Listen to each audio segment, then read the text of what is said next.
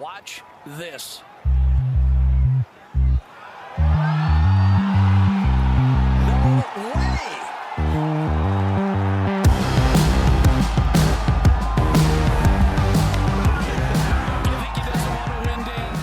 How are we doing anyway? So, welcome back. A very popular first-time guest, Paul. Half the man you were when you were on this podcast back in, I would say, May. I can't actually see Paul. He's sideways on now, so I physically Looks like can't see him. a barcode from where I'm sat. Good morning, gentlemen. Thank you very much indeed. Yes, it's great to have you back. And since I last saw you, I've used some of my psychology techniques to affect my life. Not on the golf course, unfortunately, yet, but in terms of losing weight, I've lost 30 kilograms since we last spoke. That's an incredible amount. That's a lot of weight. And I'm weight. certain it was May because we were down doing our spring meeting, weren't we? So that's when we recorded it. So in just over 6 months, 30 kilograms. Well, I started on July the 15th. Wow. My first ever diet, yeah. Jesus. Having had a good day at Lord's on the 14th, I might point out. You must be buying new clothes like they're going like just constant. Yes, it's a good chance for my wife to throw out all my horrible stuff that she never liked anyway and force me to buy stuff that's more to her taste. So, what's the secret sauce, Paul? It's all going to be in the book, Tom. It's all going to be in the book, okay. which is coming out next year. The book is about psychology, golf, magic, and business, particularly about business. But I'm going to include a chapter on diet in there and psychological tips and tricks that you can do to make dieting easy and fun. What was what kick-started it? Why did you just suddenly go, right, I'm going to do this now? I got to a weight that shocked me, and it was affecting my sleeping, particularly snoring and that sort of stuff. And so I went to see a specialist who said, basically, you're too heavy. And I walked out of there, and that was the day before Lord's. I went to Lord's on the 14th and started on the 15th. And here I am, still here. All kind of hits home when a professional tells you you're too heavy, doesn't it? When somebody knows what they're talking about says you're too, it kind of smacks you in the face a bit. Well, the interesting thing about we better get onto golf, guys, because it's supposed to be a golf podcast, not a darting podcast. But as you know, we have another member here who's lost a lot of weight recently. He's a good friend of yours. Don't know if I should name him, but he's a dear friend of mine, and he and I did a lot of chatting over WhatsApp as we were both losing weight at the time. And as he told me, when you start to lose weight, it does affect your golf swing. And I thought, well, I'm not a very good golfer anyway. I won't notice much difference. But genuinely, the timing and the sort of whole movement on the tee, but particularly for tee shots, I found was very different. And I really struggled as a bad golfer who struggles anyway, but I've struggled even more. But then having settled down to a much better weight now, it's all coming back now, and the muscles are kind of relearning and are much more flexible now. So the swing is hopefully a better looking swing, he says, grimacing. But less terrible, maybe. Totally different when you've lost like 30 kilograms and you're not turning around the ball. But anyway, welcome back. It was a great podcast when we did it. Do you remember last time? I think they were locking the clubhouse up, weren't they? So if you recall, we were kind of on the clock a little bit. Yeah, it's not the first time I've been dragged out the bar. It was great fun though. What a great episode. And down here today playing some golf at the wonderful Royal Cinque Ports, and thought, well, let's hook up again and have another chat, because the people have spoken. They wanted more Craven. It was high demand, and we've answered the people. Well, you're obviously involved in the club's archives, the history, and everything here. First thing I said when I got out the car, I want to mention it at the top of the pod before we get going. The sailing mast outside the club and the same that are at Royal St George's. I put a tweet out yesterday. I'm determined to get the answer as to why we have those sailing masts at golf clubs. Have you got any idea? Golf clubs next to the sea. Maritime connection. That's it. As simple as that. I'm looking at you as confidently as I can possibly be when I say that. So it's a silly question. Yeah, but you're right. It's a feature of George's and Deal, and it's iconic, really, isn't it? And of course, we've had it for a long, long time. And those of you who listened to the first podcast remember the story I may have told about Walter Hagen, who parked his car in his first British Open in 1920 outside the clubhouse by the flag post to make a point that he wasn't allowed into the clubhouse, and sat there and changed his shoes and ate his lunch there, parked by the flagpole next to his car, which actually I think was about 10 or 15 yards further down than it is now, but it's always been there. It's iconic. Oh, yes. Well, we obviously kind of the other thing when we got here is a bit of development stuff going on. So I thought it'd be worth just catching up on a bit of news at Deal. So we've got all sorts of stuff happening in the Jack Air showroom. I've heard there's all sorts of stuff going on with the course. Rankings have come out. It's all very exciting. There's lots happening. Do you want to give us a quick, just fill us in? Well, yeah. Welcome back to Deal, I should say first of all. And interesting, I found out since I last told you that. Deal Town has had this motto for hundreds of years, which is Latin is adjuvate advenus, which means befriend or welcome the stranger or guest. So in classic Royal Cinque Ports Golf Club style, we love having visitors and guests here, and long may it continue. And of course, we're so lucky on this little corner of the English coast to have 3 championship golf courses so close, so it's a great place to come if you want to come and have a little golf tour. Royal St George's, Princes and Royal Cinque Ports, and you brought some lovely weather down today, but it's a links courses are fascinating and challenging, and you can play this course morning and afternoon. It can be a different course. The wind turns round, the weather changes, the way the ball rolls. It's the most wonderful thing, and I've been a member here now since the late 1990s, and every time I play, I find something I love. And you mentioned the course changes. We're having quite a lot of improvements done in consultation with experts. Putting in 15 new bunkers, of which 14 I think are already in. We are probably get to sort of the right number of bunkers in terms of comparison with our peers. They've been positioned in some deliciously exciting places for you good golfers.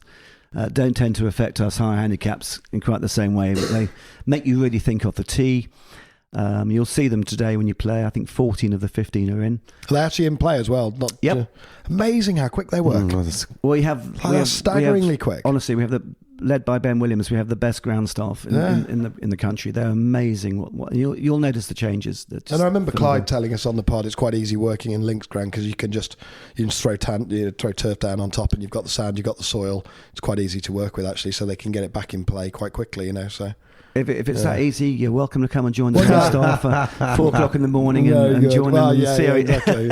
on a cold, bitter morning. No, but it's quick, isn't it, to go and get 14 bunkers straight back into play? Anything inland would take a whole season. I don't know necessarily they're all in play yet, but you'll certainly see when you play today and the difference they make to the course. And I have to say, I think it's spectacular. And I always precede anything I say about the golf course by saying I'm not a particularly good golfer, a high handicapper, but even I can recognise the improvements and the changes this will mean for the good players, and the tees are being levelled, and then the other big thing that's happening at the moment, which is I think quite exciting, is all the tees are being remeasured, re-regulated. So we're going to end up with 5 tees, So I think the course now will.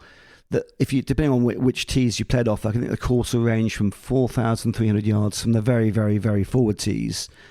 The back tees would be something like 7,400 yards. That's a beast on a windy day. So, and into the wind, I mean, the back 6 holes, which is, Gary if you've got that a head-on breeze, you are... The player described our last 6 holes as the most challenging in golf, and into the breeze off the back tees. I mean, don't care how good you are. That's the prevailing breeze going down and away, so you play the second through to 12 or whatever. It's kind of helping you most of the way. Helping you, and then you turn, having stopped at the hut, of course.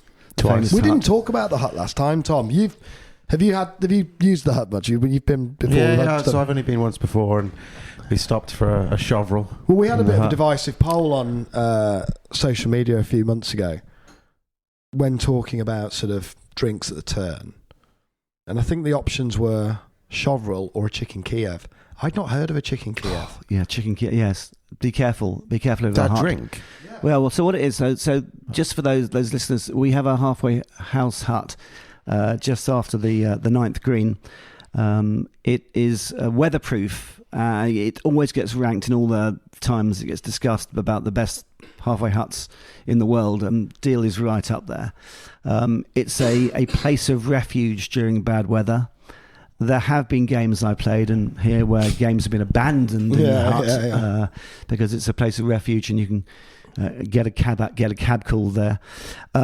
So yeah, it's particularly happens to play places like the Halford Hewitt, one of our huge big amateur foursomes competition, which gets played every year.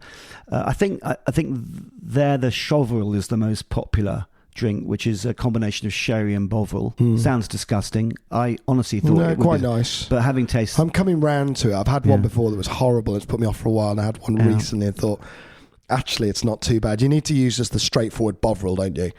The stuff that you stir in that's like Marmite. That with a bit of sherry and some water. With a great slug of sherry. And then you mentioned the chicken Kiev, which is something I have to say, again, doesn't necessarily sound very appealing, but on a cold, wet, windy day, you try getting a chicken Kiev down you, which is vodka in a chicken soup. It works. It just works. It just works. No, it is really almost gratuitous alcohol additions to drinks, and it's unbelievable that. But might give one a whirl today. Why not? Try. You should try. You think so? Perhaps you could do a sort of tasting. You do a shovel versus a chicken I think Kiev so. today. Yeah, yeah. Because the weather's a bit too nice today. It's a beautiful, beautiful December day. Blue skies. The sea's calm. It's wonderful. Yeah. Incredible. You mentioned Ben earlier on, obviously taken over from James. I actually went out for dinner with Ben the other night. I was astounded how young he is, and I think obviously he worked with Bledge for a while. By all accounts, he's hit the ground running and really taken the course from strength to strength after James. Do you think it was quite a brave decision to go with Ben, because he's a young man? I do think it was a brave decision, and I think it was absolutely the right decision. I was very keen. I mean, first of all, training up for a few years under Bledge was under James Bledge, who obviously, as we've talked about before, did terrific things with Royal Cinque Ports, and now he's at Hoylake. And Ben has just stepped into James's shoes and indeed improved. I mean, improved himself massively. He's well experienced under James, but he's two things about him is one is he's got lots of great ideas, and two is he's a very good communicator. Now, if you think about it, if you're someone who's trying to do things, to achieve things, to progress, particularly at golf, and you can communicate those ideas so people, you carry people with you, you really are, you're starting off in the right place. And I have to say, the first impressions, what it was, year or two, terrific, absolutely terrific. And in fact, always got a smile on his face, always happy to chat and tell you what's going on and what he's working on and what thinking about. So it really has fitted in really well, and very popular with the members. And he's a Welshman, which is always good. Which is excellent, says a man who's half Welsh. There we go. You're both half Welsh. I'm not half Welsh. Are you fully Welsh? I'm full Welsh. Really? Yes, you know that. I didn't know that. Where's your accent gone? This year, Paul, marks the first year Seabud. That's lovely. That I've been out of Wales for longer than I was in. So I've now 19 years in England, 18 years in Wales. Which part of Wales? Pontypridd, originally. Now it's just outside Barry. My gang are all from Porthcawl. Yeah, not far from Porthcawl. Do like to go there every now and again. Porthcawl, we mention it on the podcast lots. I absolutely love Royal Porthcawl. I think it's a wonderful golf course. Well, I actually started playing golf as a child with my great uncle Jack. He ended up being president of Pyle and Kenvig Golf Course, which is no way, really. So that's corner. Yeah, that's where I started playing golf. Pyle and Kenvig. Is that so? Nice. That's where you started, and then in London, and then kind of. Did you join Deal when you were living in London, or was it part of retirement or moving out of the city, or what? Interesting. My Deal connection starts off in the late '60s because my dad and my uncle used to come down and play here during Deal Week. Before I was born, I should say, and they actually won the Downs Cup in 1961, which is so at least my surname is on the board here. My own particular name isn't yet.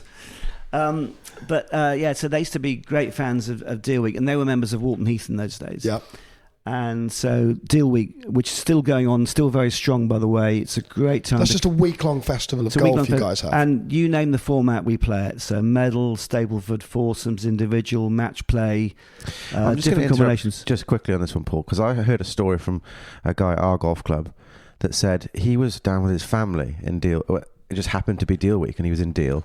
And he was with his family, and they're walking the beach, and they're in their shorts and their flip-flops, and there was this. He could see there was something going on at the golf club, and he was a keen golfer, and he just sort of poked his head over to see what was going on. And he said he bumped into someone, a member of Deal, and said, "What's going on here?" He said, "Oh, it's Deal Week. You know, it's this big festival of golf." I said, "Come into the clubhouse." He said, "Oh, no, I couldn't possibly. I've got my flip flops on, my shorts, no, you know, just with the wife and kids." "No, it's all. They can all come in." And it's just, he said it was the most welcoming thing. It's like, no, come in and just enjoy it. This is what the week is about. Back to the town's motto. Yeah, befriend the stranger. Getting away from your roots. It's almost in the DNA. It's weird. Like, I do think, you know, we talked a lot about this last time, but the club's DNA and the fact that that's, you know, it's very noticeable. You know, there's qualities to this golf club that are strong, that just stick with generations. And it's bizarre how that stuff, you know, almost gets passed on through generations. Well, interestingly, almost subconsciously, isn't it? Yeah, because, I mean, Dad and Rich came down here in the 60s to play in Deal Week. I have childhood memories of sitting on the beach or going to the cafe having a Knickerbocker Gloria, a famous seaside ice cream special. Yeah. I actually think Knickerbocker Gloria is my favourite word. It just in like favourite word, Knickerbocker Gloria. I think it's wonderful. Works, doesn't it? I think it's a about great word. 5,000 calories worth, says he. And over the years, and then interestingly, for various reasons, we kind of lost touch with Deal, all moved away, etc., etc. And then Uncle Rich moved back down to Deal in the late 90s, and I came to see him and fell in love with the place. We bought a small holiday home down here and became a member here, and so to kind of rekindle the relationship. And you know, it's quite interesting because you know, so sort of one realizes that lots of families, you mentioned the intergenerational thing, there were families here who've, you know, grandsons, fathers, grandfathers, yeah, or the Hedges family, famous, you know, and look at the boards. You won't find my name on there, as I said earlier, but you'll find lots of family names that go through. In fact, one name that's on the board a lot is an interesting connection with my dad, actually, Peter Hedges, who's the Walker Cup player. Okay. Peter and David Hedges, two brothers, brilliant golfers, absolutely brilliant, and really very successful. Both here at Deal and elsewhere on the golfing circuit. And Peter's a Walker Cup player. And he told me a story a couple of years ago, which I didn't know, was that he was playing with my father back in, it could have been Deal Week, but a competition down here back in the early 60s. And Peter said, and you do realise, Paul, that's when I switched from being he's a right-handed golfer, from being a right-handed putter to being a left-handed putter in the middle of a round with your father. You know, this is a Walker Cup player. You know, he changed his game playing with my dad down here. So weird. I kind of wanted to ask him. A player of that ability can do that. By the way, I wanted to ask him which green was it on. You know, a bit geeky like that. Where was it exactly? But anyway, so lots of fascinating family connections with this place, generational connections, and long may it continue. And I think again, the club has been really, really good at doing that, fostering that, and it gives it a sort of history and longevity and continuity about it that is really special, really special. Yeah. But we're always welcoming visitors, as I said earlier, and guests. Amazing stuff. Amazing. We're obviously sat looking over Andrew Reynolds' shop.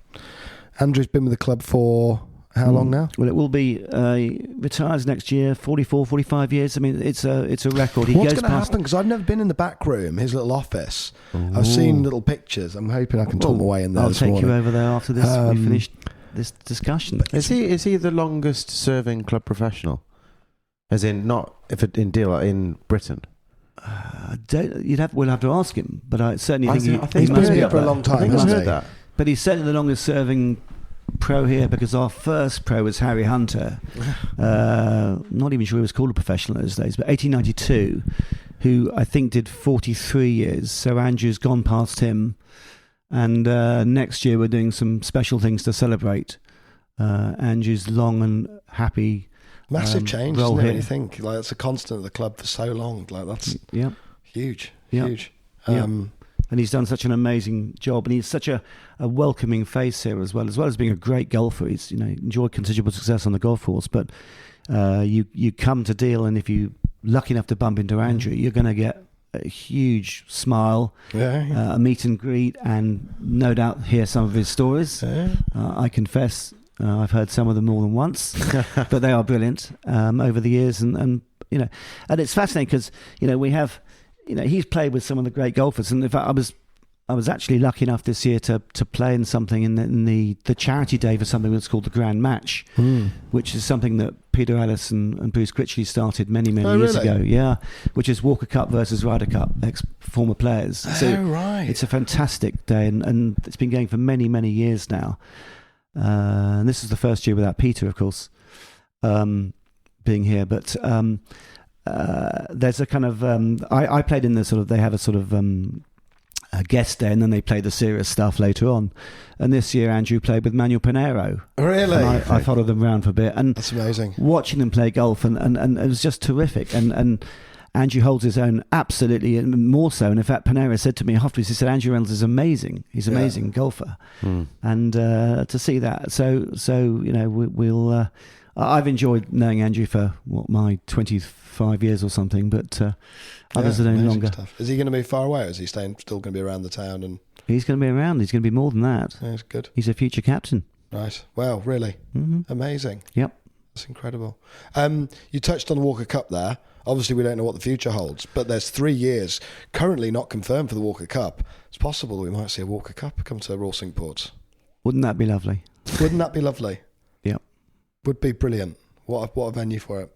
Yeah, well, I mean, all I can say is that from the stuff that's the way the course is playing at the moment, and we've had some good stuff in recent years. We've got the Open qualifiers again coming back.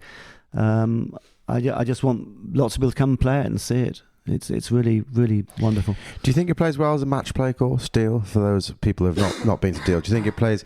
Some courses I think are just better stroke play courses or match play course. Do you think Deal plays well as a match play course? Absolutely. I mean, David, there's an awful lot of match play played here. The original sort of game of golf in many ways was a lot of match play, and I think those last 6 holes, as I say, we mentioned them earlier, but when you turn into the wind and you come in, and it's and the fact is, the 18th, you've got the dike there as you have on the first. You've got to.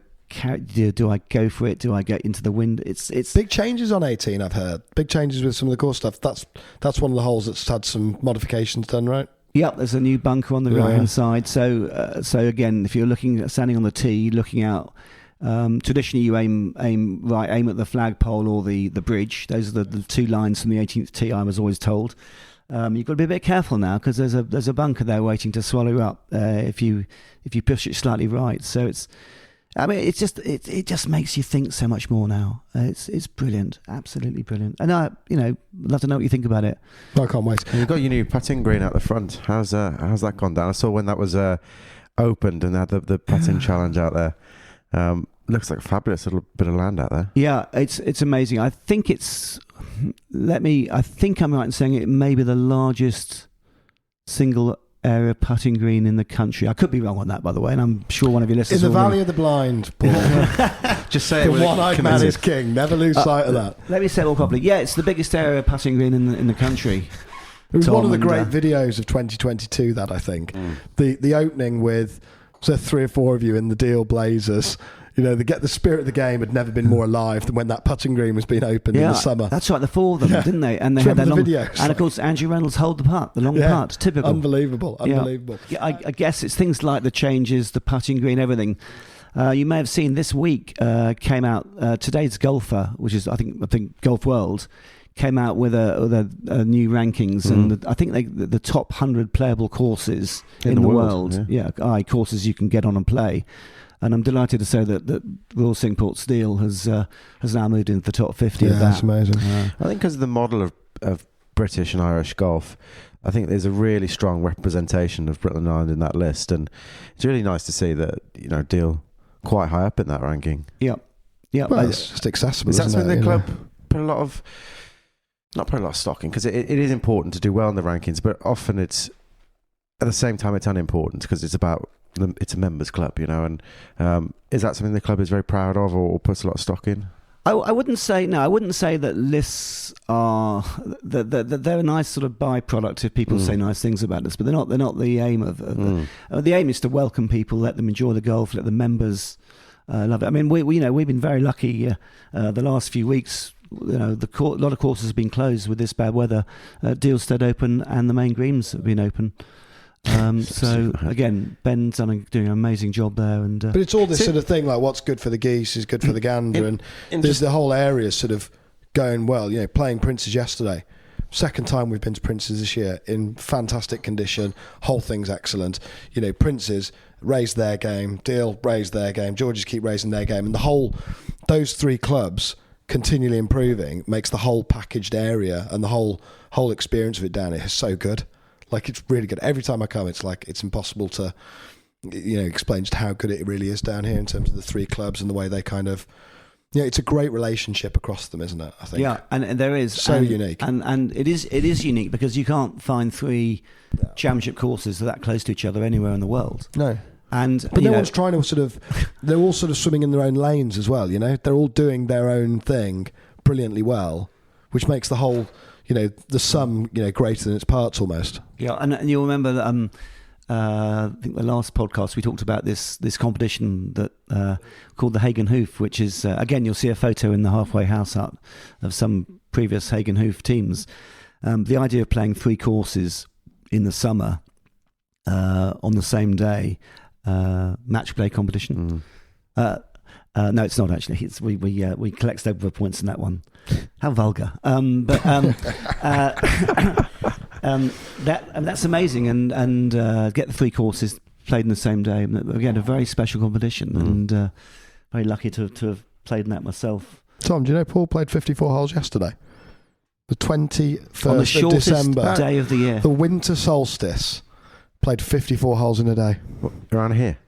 Yep, around here, around the area. I'm starting to see where the weight loss is going on. 54 holes in a day is quite extreme. Was that just as a challenge to see what you could do on the shortest day of the year? I better fess up. It wasn't here at Royal Cinque Ports. It was just up the coast at the North Foreland, and they have the most wonderful little par 3 course, which is a hidden gem, by the way. Again, come to the Kent coast, you're going to find these hidden gems everywhere, but they've got a 18-hole par 3 course. And the secretary, actually, James Lear... We're sat in his office now. We're sat in his office recording this, but he takes a little gang of people out. You have to wear Santa suits and silly hats and Elvirs and things. And we got 3 rounds in before having a nice lunch in the North I want to Foreland see that Clubhouse. next time we come down for sure. Yeah, that's meant to be great. He had a hole in one, you said, James, as well. James Lear, he organises the day, and the bugger got a hole in one on the 5th. And so I've only heard the story 15 times, having watched it happen as well. In fact, if he walks back into his office, you should maybe ask him about it. But we are in his office, by the way. I should say a little bit about the staff because in the office, because having mentioned the green staff, that welcoming to visitors and strangers, and indeed making sure the members are happy. This office staff here is phenomenal, and James was appointed as a very young secretary not too many years ago, and has really stepped up into the role, done an amazing job, liked, appreciated by everybody, very fair, very welcoming, very generous of spirit. I think his other claim to fame is if you are lucky enough ever to have lunch with him in his office, he'll open a drawer in his desk and he'll show you what he keeps in his bottom left-hand drawer, which is the most extraordinary collection of chili sauces the world has ever seen. He's got chili sauces from all around the world, and he'll pull one out and say, "Try this on your chips" or something. Did you bring him one back from Argentina? I didn't actually. He's got quite enough in there already. Can you talk to us about Argentina? So, just come back from there. Yeah, I just full of colour. Well, I was lucky enough to get invited on a golf tour that consisted of some former medics from Charing Cross Hospital and some Royal Cinque Ports golf members, and we have a member in common of both those groups, Professor Simon Barton, who's a good dear friend of mine, and he puts together a tour every year or two. And this year was Argentina, and we play cricket and golf. So we had 2 games of cricket and 4 games of golf in Argentina, and it was, of course, during the World Cup. Yep, so the place was buzzing anyway. Based in Buenos Aires, and wonderful golf courses, really wonderful golf courses. Yeah. What's the golf scene like over there? Because it's so far away, it's a completely different culture. So just curious to know, is there sort of shades of almost sort of old colonial style British clubs there? I know you've got things like The Jockey Club is, that's like their most famous course, Yeah. I believe. I'm guessing here. Yeah, the Jockey Club What's is the whole culture like was around probably it? my favourite of the 4 courses we played because it's very historical. Yeah. And one gets a great sense of that when one walks through the clubhouse. But then we played some modern clubs like Pinaro, which is a Jack Nicklaus design course. Yeah. Fascinating. I honestly, I've only played 4 there. But nice culture around the golf, kind of Yeah. feels, club culture again. It's all fairly recognisable, you'd say. Bit too much football for my liking, but yes, no, it was wonderful. and the courses are in fantastic condition, absolutely fantastic condition out there. So It's just somewhere that, I don't know why I am now, but I still get surprised that some places play golf. In Argentina, that just surprises me. It's not somewhere you think Jockey about. Club's Mackenzie design as well, isn't it? I mean, it's meant to be a Mackenzie superb. and Mackenzie and lots of Mackenzie type features. The sloping rolling greens that you think not much to it, and then suddenly, boom, you miss the right green in there. by a yard, and you're 20 yards away, and you've got a very difficult, and you're now scrabbling to make a bogey, let alone a par. So What was the highlight? The golf or the cricket? Oh, the cricket. Really? Yeah. Playing cricket in the middle of Buenos Aires is just fantastic. Yeah, and So you obviously had your big weight loss. Have you always played a lot of cricket, or is it something you can do more? You can do more now. Yes, I've actually found it much easier to field. Fun enough. Yeah. I was run out when I was batting, but as I've always been. But I can't blame being too slow. It was a terrible run called by my partner. I took one for the team. But the cricket and golf for me are two sports I've been inextricably linked with all my life. I run my own cricket team as well. My dad started it back in 1986, and we go on tour every year to North Devon, called Craven's Cavaliers, and we've now got grandchildren of the original tourists playing.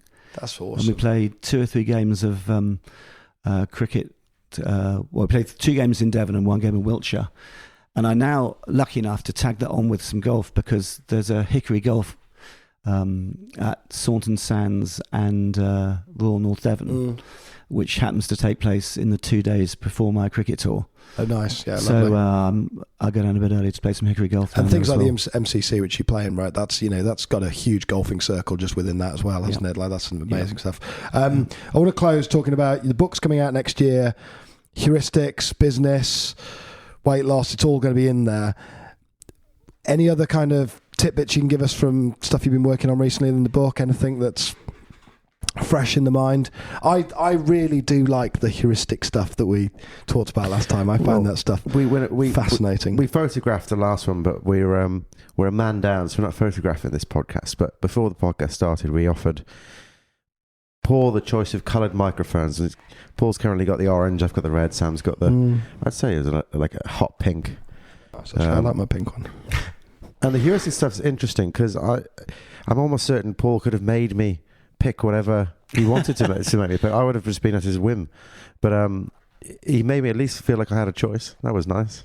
Right, let's try a little game, a Christmas game. I know this is going to be good. Let's do a magic trick, shall we, on the air? Okay, so everyone who's listening to this, I want you just to hold up your right index finger in the air and drawing it down, do a big number 6 in the air. So do it a few times. Just do a big number 6 with your right index finger, okay? Has it facing me or facing you? No, facing you, as number 6, yeah? Everyone's doing a number 6 now, right? So forget about your right finger now. Just leave your hand alone. Just focus on your right foot only, and just start spinning your right foot. If you're sitting down or standing up, slowly then in a clockwise direction. Your right foot in a clockwise direction. Don't do this if you're driving. Right, so everyone now is now. Don't do it yet. I'm going to ask. We're going to go. Keep your foot spinning around all the time clockwise. In a second. Don't do it yet. Don't jump the gun. I'm going to ask you to do the number 6 with your right hand as your foot is spinning round. Let me tell you what will happen before you do it. When you try and do a number 6 with your right index finger as your right foot is spinning around, it will turn your right foot from going clockwise to anti-clockwise. Right, give that a go. Do a number 6. How does that work? Why? Hang on. I've got to be able to do this. This is mind over matter, Paul. I have to. It's so bizarre, isn't it? So bizarre. Why? What's happening? Your mind play tricks? It's just Magic. Your mind plays tricks, and it's just no. Again, I mean, I don't know how much it is. Is it like shared neural pathways or something like that, or is that's exactly what it is? That's exactly what it is, and you can't send the right commands down. It just gets blocked. It's going to hit. So one has to change, and in this case, it changes your foot around from going clockwise to anti-clockwise. Similar thing I heard about that the other day about neural pathways is that Paul, I'm sure you know much more about this than I do, but apparently, like, there's only so much the information that the brain can receive at any point from anything if you feel or whatever. So when you cut yourself or hurt an area, the physical rubbing of it actually reduces the pain because it sends the feel of rubbing up to the brain so you can feel it, which cuts out some of the pain bits that are going up. So the actual physically... That's why rubbing helps. That's why rubbing a cut or something like that actually cuts out the pain a little bit. Amazing. Is that nonsense? Sounds very credible to me. You're looking at me like I'm an imbecile. Yeah, no. I'll do some investigation research into that, Tom. I'll look it up. Back to dealing golf. Well, just curious, it's a little bit more. Okay. Do you find... do you have to stop yourself from using it on a day-to-day basis? Because I think if I had the magic powers you had, I just think I'd be getting everything I want. Sam would be playing my golf for me. He'd be making my cups of tea in the morning. Do you find... I think you're talking about hypnosis and mind control there, and no, I don't. But you help with sort of decision. I think influencing. Well, yes, no. So the book I'm writing, I've almost finished it actually. Written about 55,000 words so far. Wow. Is all about how to use little psychological, I call them tips and tricks if you like, to make things a little bit easier. And I talked about some of the ones I've used for to help me lose weight. But this is really about, the book is really about how to be more influential, more persuasive, to be a better communicator. And what things can you do? Now, some people might say, "Oh, these are mind games." They're not. My interest in the thing called behavioural science is about how real people make real decisions in the real world. It's not about mind control. No. It's just understanding. And so, how do you better get across your message? So, I'll give you one small little example. I'm sure listeners have been walking along the street before, and someone's confronted them for a survey. Come up with a clipboard and said, "Would you help me for a survey?" Now, I'm not saying you would, but a lot of people would walk on or keep their head down or pretend they're looking at their phone to avoid someone coming up to them with a clipboard saying, "Will you help them with the survey?" And actually, if you do the numbers, you'll find that something like 30%, roughly, just under 30% of people will stop and help someone who say, "Will you help me with a short survey?" Now, so how can the person doing the survey be more effective at getting a higher number of people to stop? And there's lots of things you can do. But psychology says just ask another question. Ask a different question. The first question as you approach someone is, "Excuse me, sir or madam, would you consider yourself a helpful person?" Now what happens is 90% of people stop, look up and go, "Yes. Yes, I am." Yes. And then you say, "Well, would you mind helping with this survey?" And then guess how many people then say they do the survey? Almost 3/4 of people will help with their survey. No way, really? So you take the number up from 29% to almost 3/4 of all people will help with the survey by asking that question beforehand. Just reframing it. By saying, "Would you consider helpful?" And it's a thing that Bob Cialdini, the psychologist, calls consistency or commitment. You've already said you're a helpful person. You can't then not help with the survey. You need to be consistent. Well, I'm giving you the opportunity to validate what you've just told me, and that's their full otherwise thing. You create this thing called cognitive dissonance in your head, which means that you're sort of interrupting your own neurological flows and logic. Oh yeah, well I will do that then. Yeah. So again, it's little. My book is full of things like that.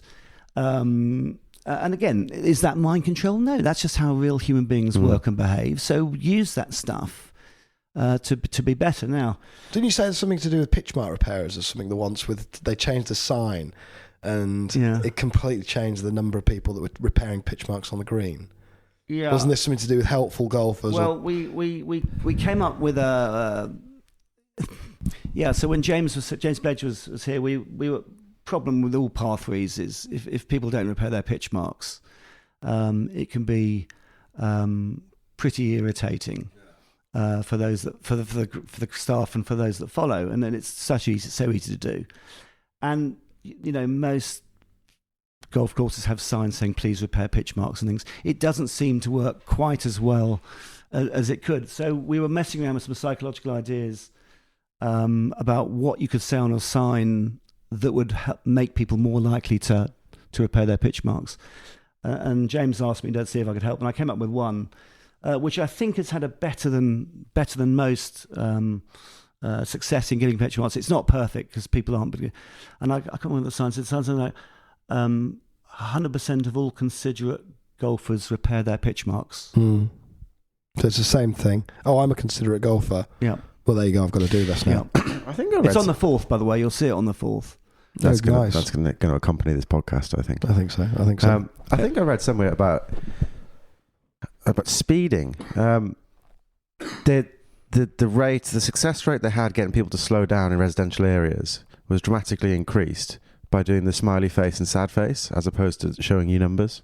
Because there's this, I can't remember where I was reading it, but there's this connection where you're like, I'm making something unhappy here, and you slow down because whereas you see numbers, you think, oh, through 33 in the 30 zone, it's fine. No, I had something similar to that. Where was it? They had a golf course. It was a kind of parkland golf course around a hotel, and it was a sort of long drive up to the hotel in the countryside, and it had something like speed limit, and the sign said speed limit, I think it was 19 as opposed to 20. As opposed to 20. And the moment you saw that, or was it may have been 9 instead of 10, but it was a strange number. Yeah. And it made me immediately think, oh, wonder why they're doing that. What's my speed? Yeah. And of course it makes sure that you, and again, something that interrupts the normal flow of thinking, just sort of breaks you away from that. Could be quite Could be strong. very powerful, Yeah. can make you consider. And then guess what? You stick to it.